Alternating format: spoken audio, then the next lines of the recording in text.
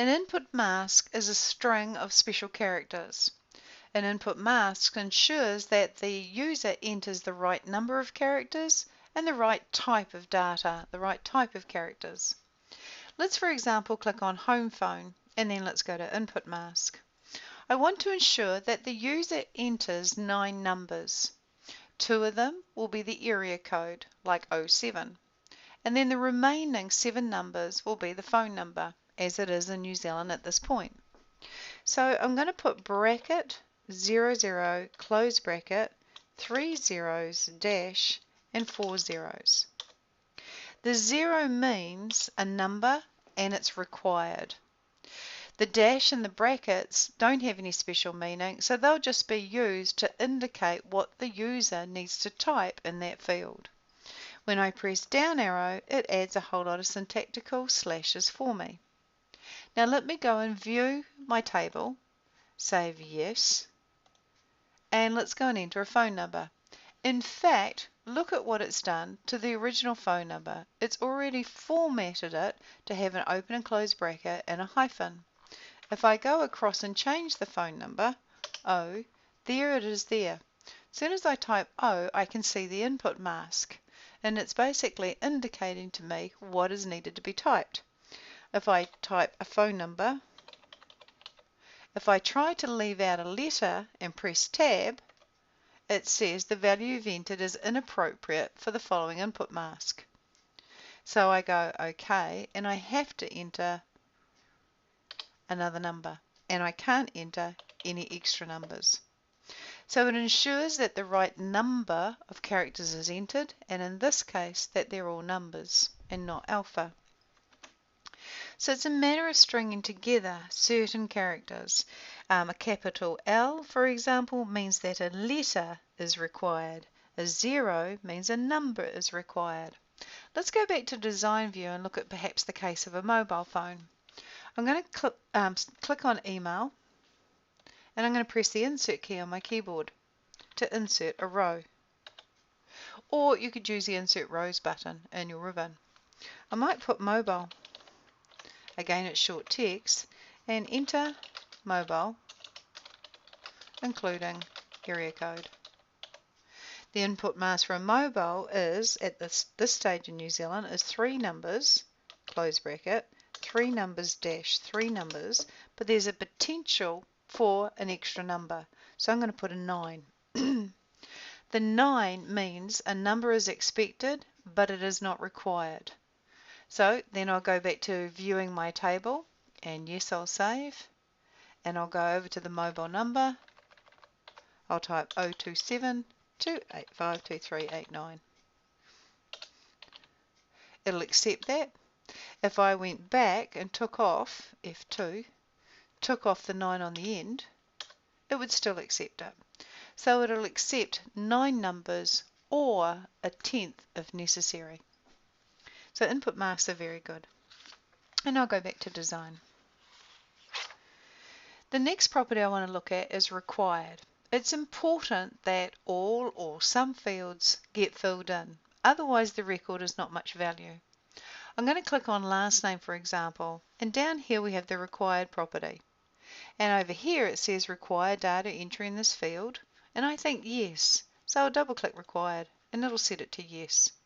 In fact, I'll click on first name and double click required, and now it's required that they enter a first name. If they don't, they'll get an error message to the like of the first name is null, and it basically isn't happy.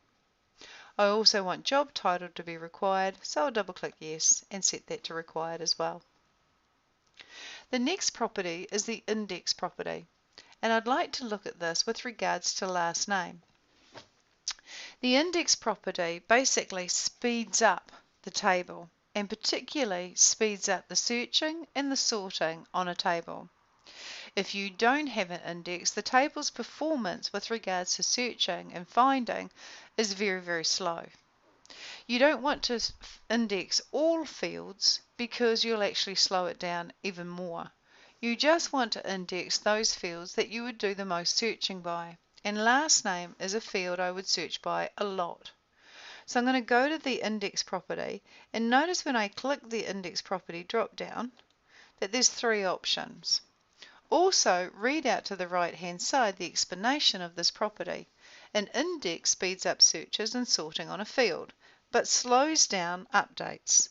Selecting yes, no duplicates prohibits duplicate values in this field. So it's definitely something you want to consider.